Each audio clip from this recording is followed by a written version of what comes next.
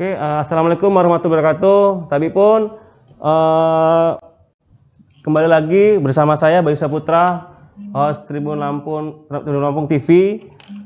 Di sini kita akan berdiskusi dengan Bapak Kepala Kejaksaan Negeri Waikanan yang juga jaksa senior dalam menangani terorisme di Lampung dengan tema sudut pandang jaksa terhadap terorisme dan radikalisme. Selamat siang Pak Susilo. Selamat siang. Iya, sehat Pak? Sehat, alhamdulillah sehat. Alhamdulillah. Iya Pak, ini kita ada di dalam program namanya Tribun Kriminal dan Hukum Pak, ya, atau disebut dengan Tindak. Nah, kita ketahui Pak bahwasannya beberapa terakhir ini aksi terorisme, radikalisme itu masih menjadi hantu atau momok bagi masyarakat nih Pak. Nah, kita ingin tahu nih Pak, sudut pandang dari teman-teman kejaksaan sebagaimana sih terhadap terorisme tersebut. Mungkin Pak pertanyaan pertama nih Pak, mungkin sebelum Bapak menjawab pertanyaan kita, coba disapa dulu Pak pemirsa di Tribun Lampung TV Pak. Oh iya, perlu saya sampaikan bahwa saya kenalkan dulu, nama saya Susilo, dan alhamdulillah setelah ikut partisipasi beberapa itu ada Pak Riyadi, itu Kepala Kejaksaan Negeri Liwa, kemudian Pak Subur itu Kepala KPPN Kota Bumi, Pak Didi, dan ini Pak Iwan, ini pengamat teroris juga tingkat lokal. Iya. Perlu saya sampaikan dalam kesempatan ini bahwa jaksa dalam melihat perkara terorisme itu adalah berdasarkan undang-undang. Oh, oke. Jadi undang-undangnya dulu Perpu nomor 1 tahun 2002 dan sekarang diganti dengan Undang-Undang nomor 15 tahun 2018. Undang-Undang nomor 5 tahun 2018. Jadi jaksa dalam melihat perkara itu menghukum adalah perbuatannya. Misalnya di dalam Undang-Undang Terorisme pasal 6, siapa yang melakukan ancaman kekerasan.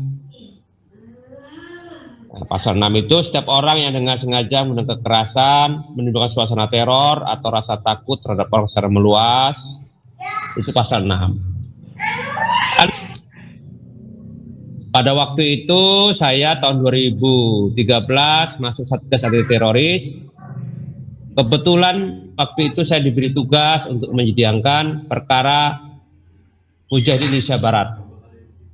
Waktu itu dia merampok di BRI Gading Rejo, Rengsewu, berhasil merampok 467 juta, yang dengan alasan bahwa itu harta rampasan perang atau FAI. Nah, hal-hal semacam inilah maka kita perlu diskusikan bersama agar pemahaman ayat itu tidak keliru. Seperti itu, Pak Bayu. Iya Pak, dari sisi lembaga kejaksaan, bagaimana Pak memandang kasus-kasus radikalisme dan terorisme ini Pak? Berkaitan, perlu saya jelaskan bahwa radikalisme dan terorisme itu harus dibedakan. Kalau radikalisme itu adalah belum perbuatan, baru pemikiran untuk melakukan perbuatan itu baru pemikiran Pak. Tapi kalau terorisme itu adalah pelaksanaan dari, jadi gitu Pak. Nah, untuk khusus di Lampung Pak sendiri seperti apa Pak? Nah, kalau di Lampung, Pak, saya jelaskan tadi termasuk safe house yang bagus. Terus kemudian kita ketahui bersama, misalnya kemarin kita Densus 88 menangkap Zulkarnain yang 18 tahun buron, ternyata tertangkap di Probolinggo, Lampung Timur. Mereka terlibat kasus bom Bali 1, ternyata sangat aman dia di Lampung. Kemudian Upik Lawanga, dia termasuk anak buah Nurdin M Top, juga tertangkap di lebih banyak Lampung Tengah. dan kemudian ada yang Pak D dipunggur, dan beberapa yang menyembunyikan mereka pada bulan-bulan yang lalu, sekitar 20 yang terlibat terorisme. Begitu Pak Bayu. Jadi apakah ada perubahan Pak pola radikalisme dan terorisme setidaknya saat ini dibandingkan 10 atau 20 tahun yang lalu Pak? Nah, target sasarannya berbeda. Kalau mereka 10 tahun atau 20 tahun yang lalu itu adalah asing, fasilitas asing, kedubes, dan sekarang sudah meluas karena mereka merasa penegak hukum, terutama polisi dan jaksa dan seterusnya, merasa menghalang-halangi amaliyah istisadiahnya. Nah, ya Pak, Bapak kan sebagai jaksa tindak pidana tertentu nih Pak, seperti apa sih kasus radikalisme dan terorisme menurut Bapak sendiri dari CCTV? Jadi begini, undang-undang terorisme itu karena sifatnya jaringan, sehingga semua perkara terorisme itu disidangkan di Jakarta Pak. Misalnya perampokan di CMP Bank Niaga Medan itu, terus kemudian karena sifatnya jaringan seluruh Indonesia, saksi-saksi dan demi keamanan, maka sidangnya di Jakarta, di pengadilan negeri di Jakarta, Jakarta Utara, Jakarta Selatan, Jakarta Timur. Jadi jarang yang ada di daerah, jadi semua ditarik. Dan sementara mereka ditempatkan sementara di tahanan di Mako Brimob. Begitu Pak Bayu. Iya, Pak, pernah nggak nih Pak ada pengalaman secara langsung terhadap berhadapan dengan kasus radikalisme dan terorisme ini Pak? Saya dulu, inilah yang kadang-kadang perlu kita sadari. Undang-undang terorisme itu pasal 13, ya. Ini yang saya juga pengalaman saya tidak enak ini, pasal 13. Pasal 13 itu menjelaskan bahwa, saya bacakan pasalnya ya. Pasal 13 ini yang membuat saya jadi kasihan. Pada waktu itu saya menyidangkan. Ini yang menjadi mengapa banyak yang ditangkap ini kena pasal 13. Setiap orang ya yang dengan sengaja memberikan bantuan atau kemudahan terhadap pelaku tindak pidana terorisme dengan memberikan atau menjaga uang, menyembunyikan. Jadi yang menyembunyikan pelaku terorisme itu ditangkap Pak, atau menyembunyikan informasi tentang tindak pidana. Nah, seperti ini yang kita harus hati-hati dalam penerapan pasalnya. Karena kadang-kadang dia hanya baru kumpul-kumpul, karena dia tidak melapor polisi dikenakan pasal 13 ini, Mas Bayu. Nah, seperti apa sih Pak penuntutan saat itu Pak? Sama seperti tindak pidana umum yang lain, hanya semua disatukan di Jakarta, kemudian sama seperti tindak pidana umum yang lain. Nah Pak, dalam menuntut seorang terdakwa radikalisme, apa saja Pak yang menjadi pertimbangan kita Pak? Jadi begini, ada pengalaman saya yang nggak bagus ya, menurut saya. Jadi mereka itu kalau merampok, mencuri, dia merasa salah Pak. Tapi mereka ini pada saat saya menyidangkan mereka, saya lihat itu dia tidak merasa salah karena mereka merasa jihad. Pada saat saya sidangkan, dia di sela-sela dia megang Al-Quran, kemudian baca, ngaji, dan dia tenang saja bahwa dia melawan negara kafir ini, melawan negara tauhid ini. Nah ini yang saya lihat sendiri pada saat menyidangkan mereka. Untuk itu, itulah gunanya kita selalu nggak henti-hentinya memberikan pemahaman kepada masyarakat tentang bahayanya ideologi sesat ini. Jadi kalau saya bilang ini mereka juga sakau, sakit utau artinya sakau terhadap ideologi. Jadi sakau ada obat, ini ada sakau karena ideologinya, ideologi kebencian, ideologi mengkafirkan, ideologi jihad yang negatif. Itu Mas Ben. Iya Pak. Kemudian Pak, bagaimana sih Pak memandang dua sisi antara rasa keadilan masyarakat, terutama korban langsung dari terorisme, dengan rasa keadilan terhadap terdakwa? Misalnya, bisa saja si terdakwa ini berubah atau bertobat setelah dihukum gitu Pak. Itu yang jadi persoalan. Kita tidak paham kapan dia bertobat, apa dia jadi. Yang jadi masalah, sebelum dia habis masa daluarsanya, maka mereka dapat diadili dan dihukum. Jadi persoalannya yang kita hukum adalah perbuatan mereka melakukan pengeboman. Seperti itu, Mas Bayu. Nah, Pak, kalau sudut pandang Bapak nih, Pak, para terpidana terorisme kebanyakan itu kan berubah dan bertobat setelah dihukum. Apa atau tetap tidak berubah? Itu gimana Pak pandangan Bapak sendiri, Pak?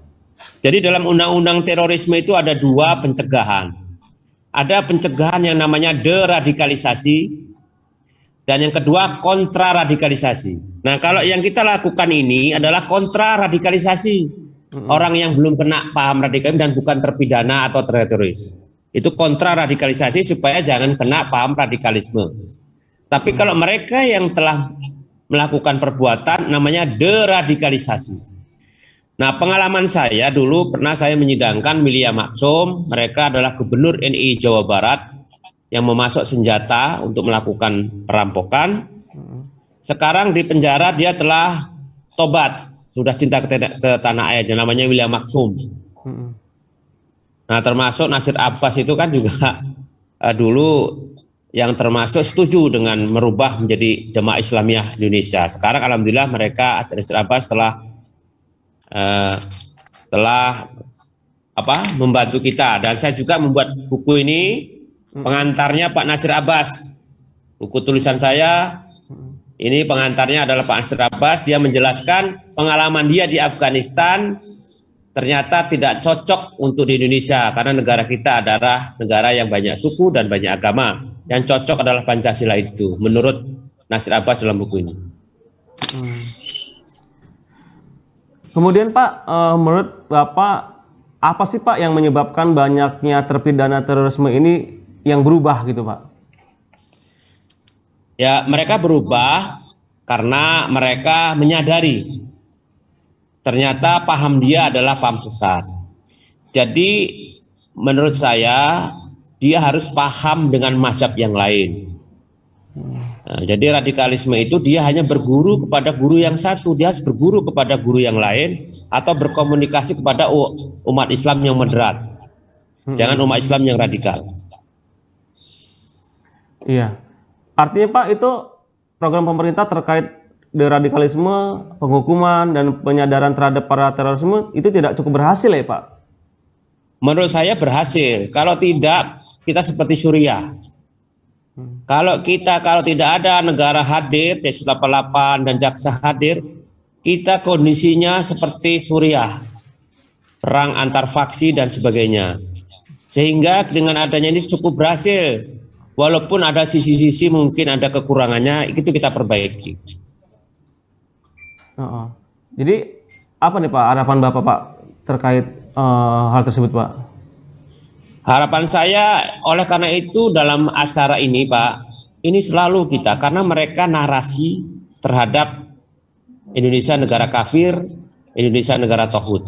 Kita harus kontra narasi bahwa negara NKRI dan Pancasila inilah yang cocok untuk Indonesia.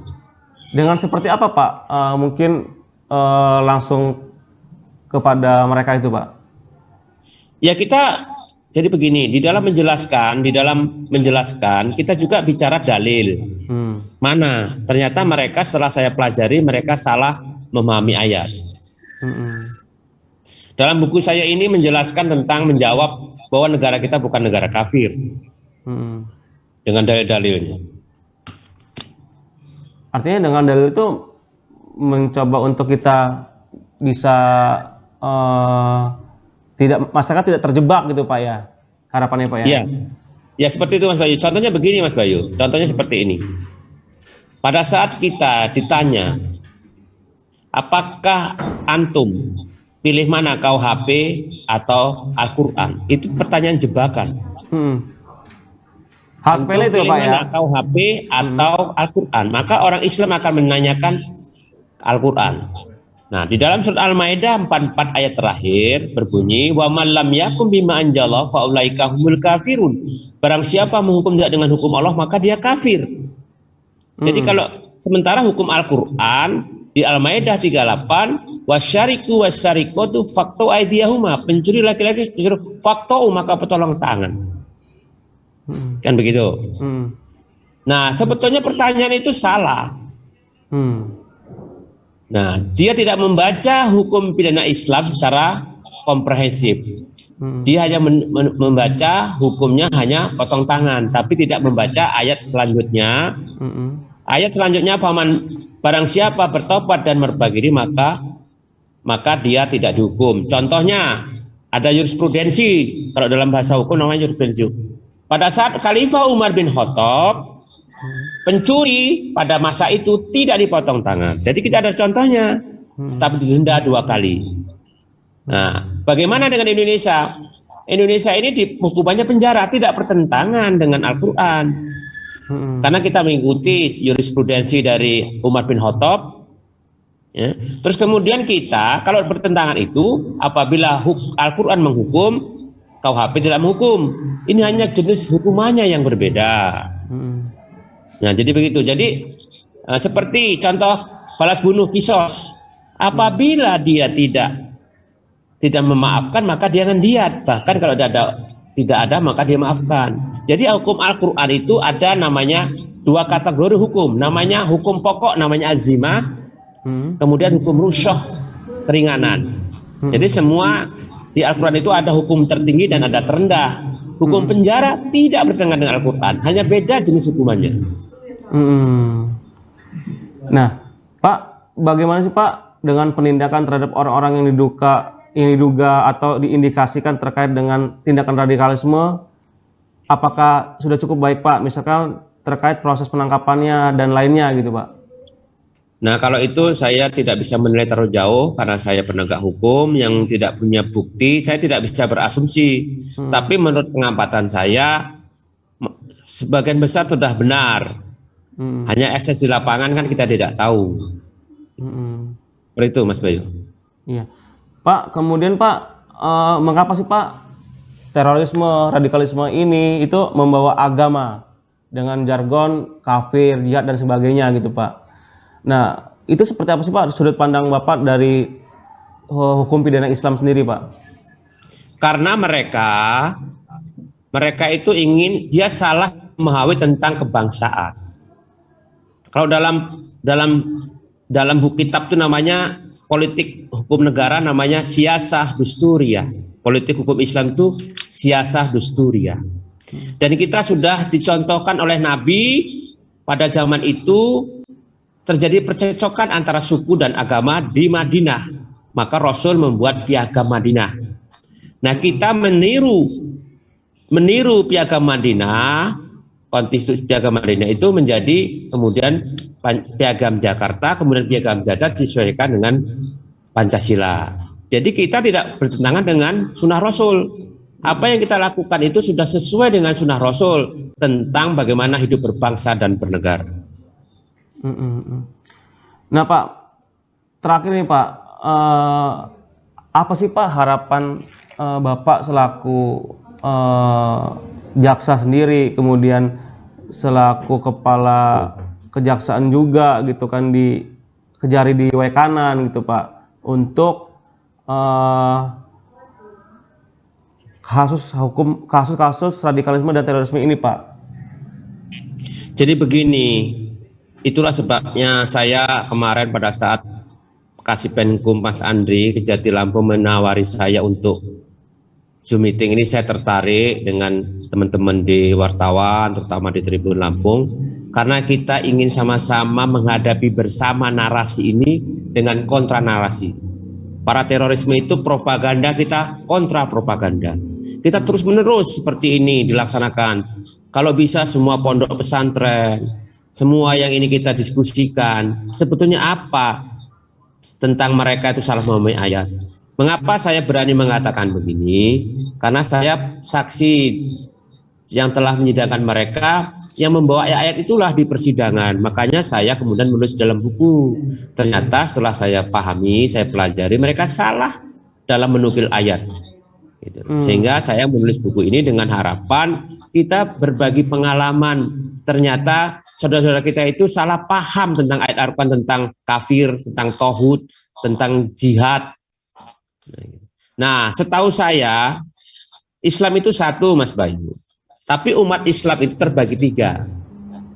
Nah, umat Islam yang benar adalah umat Islam moderat, itu di Al-Baqarah 143. Wa kadzalika ja'alnakum ummatun wasatan litakunu syuhada 'alan nas. Dan demikian Allah telah menjadikan umat yang wasatiyah. Kemudian ada yang ekstrim kanan. Di dalam Al-Qur'an itu namanya musyrik. Ya, bisa Bapak baca di Arum 31-32. Musyrik itu apa? Musyrik itu orangnya, syirik itu perbuatannya. Nah, apa itu musyrik? Ya kan? Apa itu musyrik? Musyrik itu ada di dalam Arum 31, wala takunul minal musyrikin, janganlah kamu menjadi orang musyrik. Minal ladzina faraqu dinahum wa kanu syi'an kullu hisbin bima ladaihim farihun. Artinya, faraqu dinahum itu memecah belah agama dan dia bangga dengan kelompoknya. Jadi kalau kita, Pak, bangga dengan kelompoknya kemudian memecah belah agama, itu musyrik yang nggak kita sadari. Saya orang NU misalnya, saya harus bangga dengan NU, tapi saya nggak boleh menjelek-jelekkan kelompok lain. Kalau saya menjelekkan kelompok lain sama dengan musyrik. Silakan bangga dengan Muhammadiyah, silakan bangga dengan Persis, silakan. Tapi untuk diri sendiri, tidak kemudian menjelek-jelekkan kelompok lain. Itulah Arum 31-32. Oh, oke. Begitu. Pak, closing statement dari Bapak terkait materi ataupun tema kita, sudut pandang jaksa terhadap terorisme dan radikalisme, seperti apa nih, Pak? Nanti habis ini kan ini tanya jawab, Pak, ya? Iya, Pak. Habis ini tanya jawab kan? Nggak ketang 2 menit, 5 menit. Kesempatan mereka yang hadir ini untuk diskusi. Boleh, Pak. Siap. Disapa dulu, Pak, yang hadir Pak hari ini, Pak. Maksudnya gitu, supaya mereka ini para tokoh-tokoh semua ini yang saya undang nih, nggak enak ini saya. Iya, Pak. Ini tokoh-tokoh semua yang saya anggap kompeten untuk berpendapat. Jadi menurut saya, Pak, saya selaku selama ini sebagai jaksa yang telah pernah berpengalaman menyidangkan mereka, ternyata mereka itu salah memahami ayat. Sehingga apa yang kita lakukan sudah benar.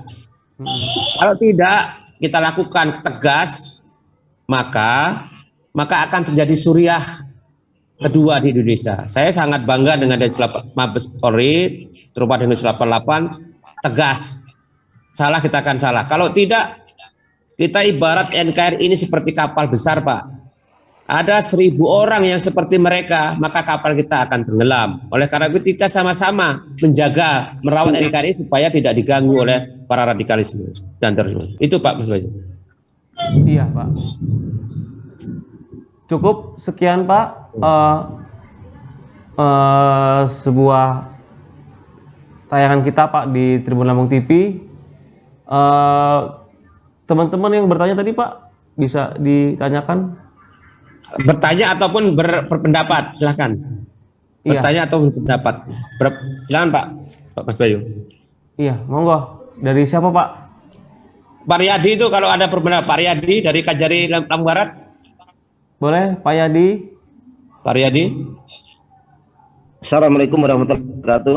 Waalaikumsalam, Pak. Selamat siang ya, menjelang sore. Kebetulan memang saya juga adalah jasa teroris. Jadi sama Pak Susilo, ini rekan saya, sama-sama kita bertemu dulu di Gunung Sugih, Lampung Tengah. Lalu saya dari Gunung Sugih itu langsung ke pusatnya terorisme, katanya di Palu. Kebetulan di sana saya pernah menyidangkan perkara terorisme sebelum ada Densus 88. Jadi memang benar-benar nyawa taruhannya saya di sana. Lalu di Tangerang juga saya seperti kata Pak Susilo, saya juga sudah pernah menangani kasus-kasus teroris seperti itu. Dan memang ada satu yang memang harus kita perhatikan. Saya sependapat mengenai pasal 13 tadi itu mesti harus sangat-sangat hati-hati. Jujur saya katakan salah satu dari terpidana sudah teroris itu saya sidangkan, saya sendiri menangis karena salah satunya itu hafiz Quran dan memang nampak sekali secara johir dia tidak melakukan kesalahan. Kesalahannya sangat kecil lah untuk dikatakan sebagai terorisme. Jadi menurut saya ada yang lebih penting daripada sekedar pemberantasan tindak pidana terorisme, yaitu pencegahan. Pencegahan ini saya sependapat juga, yang kadang-kadang memang dari kita sendiri aparat menyebabkan ini, mohon maaf, tindak pidana teroris ini berkembang demikian. Karena jujur, ini saya katakan begini ya, kita harus sama-sama mencegah ini terjadinya tindak pidana terorisme ini lebih besar lagi. Kita sudah terjebak dengan kata-kata radikalisme tanpa mengerti apa itu akar kalimat dari radikalisme. Radikalisme itu sendiri, radikalisme itu berasal kata dari radik. Radik itu artinya adalah akar. Betul, kalimat ini saya sampaikan juga pada saat saya diklat Intel di Bais kemarin tahun 2019. Jadi orang yang kalimatnya jadi berubah menjadi peyoratif lah gitu, menjadi kalimat yang buruk seolah-olah radikalisme. Padahal radikalisme ini asal katanya dari radik berarti akar. Jadi orang mempunyai prinsip sebenarnya. Kalau orang radikalisme itu orang punya prinsip yang tinggi. Ini harusnya kita kembalikan lagi kepada definisi yang baik, bukan yang buruk radikalisme ini. Yaitu bahwa orang yang radikalisme itu orang yang punya prinsip yang kuat. Nah, ini digunakan buruk akhir-akhir ini seolah-olah radikalisme itu terorisme. Satu lagi yang mungkin menyebabkan makin banyaknya terorisme itu disebabkan oleh kita sendiri juga, yaitu masyarakat sudah mencap kalau namanya terorisme itu adalah Islam. Nah, ini yang berbahaya juga menurut saya. Kita harus membuat satu pendapat yang sama, argumentasi yang sama bahwa terorisme itu tidak beragama. Itu harus kita tanamkan dari diri kita. Saya sendiri, kalau saya sebagai Muslim dikatakan bahwa terorisme itu adalah agama Islam, saya sendiri tersinggung gitu. Nah, maka kita harus mulai dari sini bahwa terorisme itu terjadi memang karena seperti kata Pak Susilo tadi, pemahaman yang salah terhadap Al-Quran. Saya pernah debat di satu sidang dengan yang mohon maaf ini yang pernah masuk di LC, yang dituduh oleh Habib Rizik sebagai intelnya Polri katanya dulu, yaitu Sofyan Al-Sawri. Beliau memang salah penafsiran itu. Terserah apakah benar atau tidak itu nanti ya. Tapi pada waktu itu berdebat tentang ayat di surat Fussilat tentang ayat istiqomah itu yang bunyinya a'udzubillahi minasyaitonir rajim, innal ladzina qalu rabbunallah tsumastaqamu tatanazzalu alaihimul malaikah alla takhafu wa la tahzanu ila akhir ayat, sampai akhir ayat. Itu dikatakan bahwa kejayaan agama itu berada di moncong-moncong senjata. Nah, ini yang berbahaya. Ya, kalau sudah dia katakan kejayaan agama di atas di moncong-moncong senjata, ini kalau ini ditular kepada yang lain, ini sangat berbahaya sekali. Makanya menurut saya ada fungsi-fungsi yang lebih penting adalah fungsi-fungsi ulama sendiri. Ulama ini harus memberikan pemahaman-pemahaman yang sejuk, yang tidak membuat satu statement atau pernyataan yang bisa membuat bertambahnya masalah-masalah, bertambahnya pemikiran tentang radikalisme ini sendiri. Saya rasa antara lain itu. Terima kasih. Oke. Terima kasih Pak Yadi dari Kejari Lampung. Tambahan Barat, mungkin Pak ya. Pak Susilo. Nah, ini Pak Sarpan ini. Ini Pak Sarpan ini dari Kalapas tuh. Dari Kalapas Belambangan Umpu, Mas Bayu. Iya. Kalapas Belambangan Umpu, boleh sedikit minta pendapatnya, Pak? Oh iya, terima kasih Mas Bayu. Izin Pak Kajari. Saya hanya menambahkan, saya dulu 13 tahun di Lapas Cipinang menangani teroris Abu Bakar Ba'asyir, Gufron, Amroji dan sebagainya. Kalau pendapat penanganan teroris ini kan tidak saja setelah ketok palu diputus seumur hidup 15 tahun. Bagaimana nasibnya di lapas? Ini Pak, kalau 15 tahun Pak, itu 365 kali 15 itu Mas Bayu. Iya. Nah, ini yang perlu dipikirkan bahwa memang peran ulama di masyarakat serta lanjutan dari Hakim Wasmat itu setelah memutus seperti apa? Nah, sekedar pendapat. Nah, sebentar lagi di Lapas Waikanan akan dikirim satu narapidana teroris dari Densus 88. Kalau pendapat Pak Kajari, orang ini sebaiknya dipisah atau dibaurkan sih dalam lapas? Itu aja yang pengen kami tanyakan. Apa kita asingkan di kamar sendiri atau dicampurkan dengan yang lain? Itu aja Pak masukannya. Ini perlu dipikirkan juga, penanganan teroris ini tidak saja sampai putusan pengadilan. Ketika berada di lapas, ini menunggu orang 15 tahun dengan paham radikal itu, membenci selain muslim, tidak benci dengan bendera, benci dengan pemerintahan. Pikirkanlah nasib-nasib yang menjaganya. Itu aja Pak. Siap. Makasih nih Pak atas masukannya untuk di acara Saya jawab langsung Pak Bayu ya. Iya, Pak Susilo dan teman-teman lainnya, mungkin kita akhiri Pak untuk sesi. Ya, monggo Pak. Enggak, maksud saya itu kasihan ada yang lain tuh Pak Faruk itu Ustadz itu Pak Ustadz. Nanti saya menjawab Pak Ustadz Pak Faruk, silakan Pak Faruk. Iya, bisa Pak. Itu Ustadz itu dari Kota Bumi. Assalamualaikum warahmatullahi wabarakatuh. Kawan waktu umroh dulu. Halo, dengar nggak suara saya? Iya, siapa? Iya. Jadi saya ini kebetulan juga dipercaya oleh BNPB untuk merehabilitasi narapidana terorisme. Jadi terorisme napiter yang ada itu, yang sekarang disebar di seluruh Indonesia itu, saya melihatnya tidak efektif di dalam menanganinya, karena kejahatan terorisme itu kejahatan ideologi. Jadi kalau mereka ini cuma dipenjara, kemudian setelah dipenjara mereka ini tidak dibina, tidak didatangkan tim ahli agama untuk mendebat, untuk berdialog, untuk mematahkan hujah-hujah takfirinya, itu mau dikurung 50 tahun pun dia keluar akan tetap jadi teroris. Maka saya minta dengan negara, cobalah mereka ini dibina, didatangkan tenaga ahli agama yang pemahamannya lurus, kemudian mereka ini diajak dialog, entah dia sifatnya seminggu sekali, apa sebulan sekali, apa 3 bulan sekali, sehingga pemikiran dia yang sudah pede merasa benar itu, yang lainnya salah semua itu, ketika dia berhadapan dengan satu hujah yang menurut dia itu kuat, maka dia paling tidak akan meragukan dengan pemikiran dia yang pertama. Paling tidak dia merasakan gini, jangan-jangan ideologi yang saya bawa ini nggak benar, itu minimal dia meragukan ideologi yang dia usung.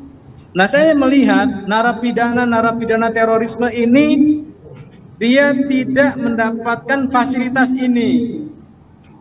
Jadi saya minta kepada rutan atau lapas yang dititipi narapidana, cobalah mereka ini koordinasi dengan tokoh-tokoh agama setempat.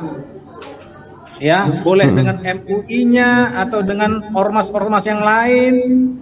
Seperti saya lihat yang paling bagus menangani kasus terorisme ini dari orang-orang salafi, ya. Tapi bukan orang-orang jihadi. Kalau orang-orang jihadi nanti kelap sama mereka. Karena orang-orang salafi ini mereka yang akan membongkar pemikiran takfir. Nah, orang-orang salafi itu hampir di setiap kabupaten ada. Cobalah dari lapas itu koordinasi dengan mereka, ditemui tokoh-tokohnya, kemudian diajak kerjasama untuk merehabilitasi para narapidana teroris. Karena kalau ini enggak dibina, tadi mau dikurung 15 tahun sampai 50 tahun, keluar tetap dia mengusung pemahaman takfiri.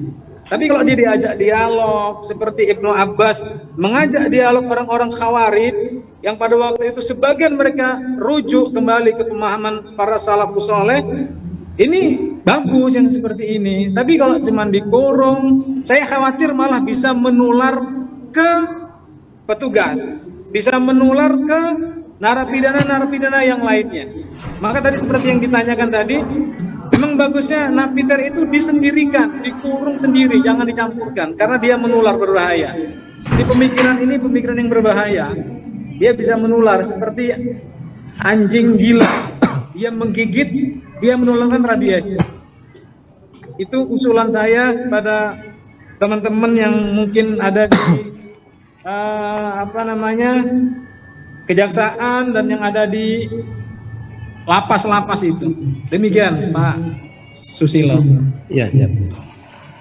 Mas Bayu? Iya, siapa? Ini ada Pak Mas Dianto itu, Ustadz juga itu, apa pendapatnya? Pak Mas Dianto, silahkan Pak. Baik, Bapak sekalian, kalau saya lihat memang arus pemikiran yang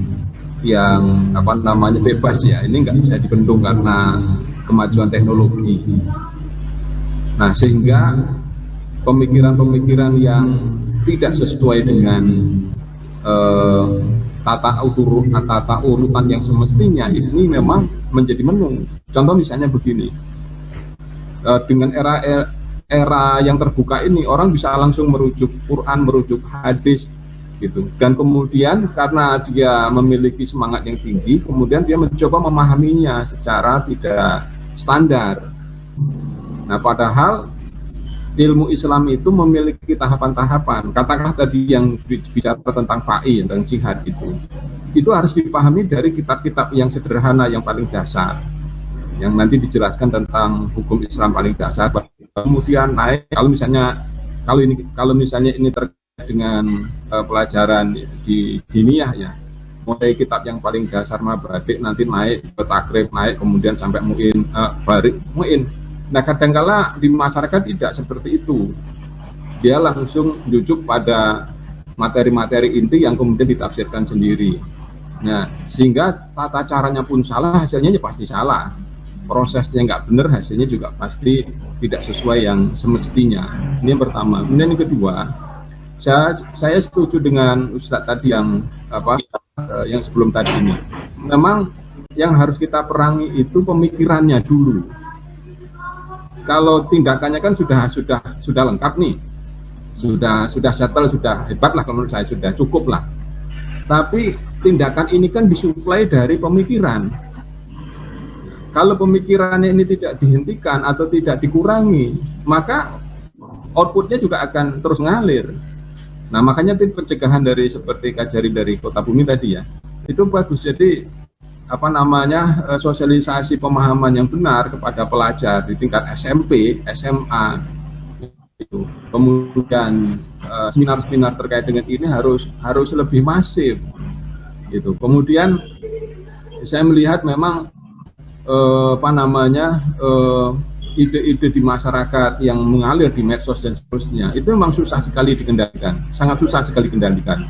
Maka yang menurut saya yang paling efektif adalah kita memberikan penjelasan pelajaran yang mengkontra tadi itu.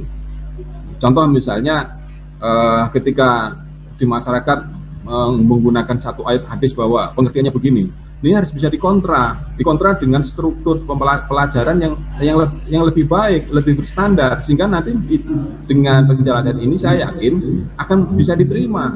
Jadi bukan karena mereka menggunakan ayat hadis, kita juga ayat hadis langsung bertempur, ini menurut saya nggak efektif.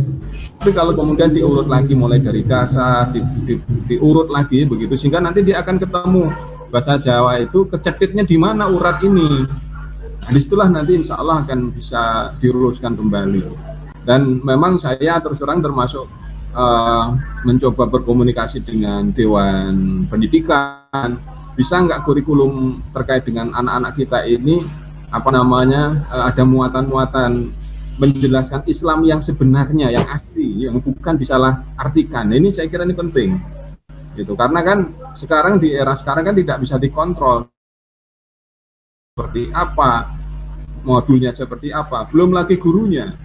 Nah, saya kira kontranya memang harus lebih canggih daripada itu. Karena kalau kita mengontrol yang sifatnya bebas susah, tapi kalau kita bisa menawarkan mengkontra yang lebih baik dengan terstruktur, ukur dan seterusnya, mudah-mudahan ini bisa menurunkan nilai pemahaman yang salah itu mendekati nol, sehingga dengan demikian output radikal terorisme juga akan mengecil atau bahkan mungkin bisa hilang.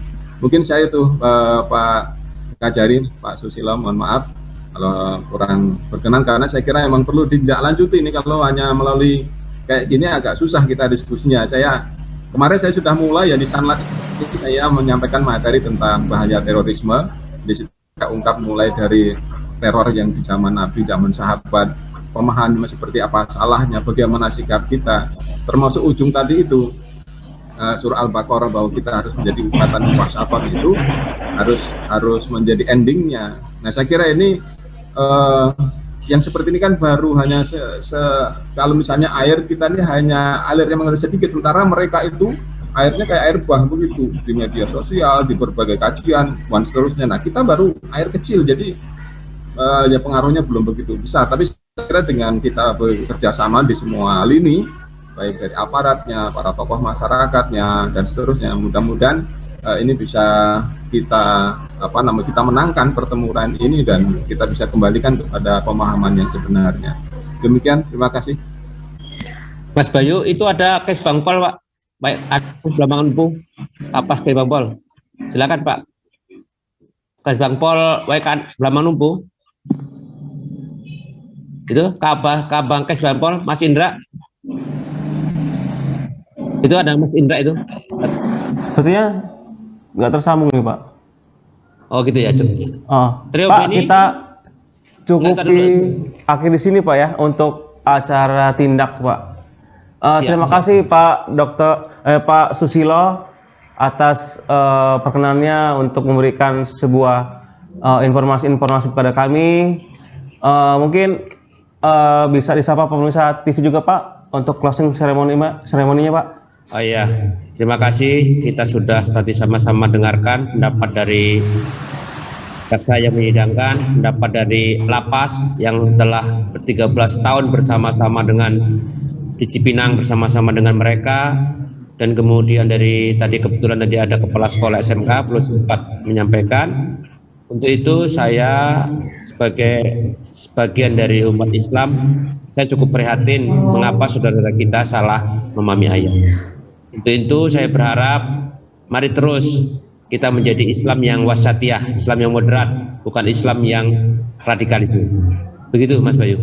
Oke, terima kasih Pak Haji Susilo SH, Kepala Kejaksaan Negeri Waikanan, yang juga jaksa senior dalam menangani terorisme di Lampung. Akhir kata, wassalamualaikum warahmatullahi wabarakatuh.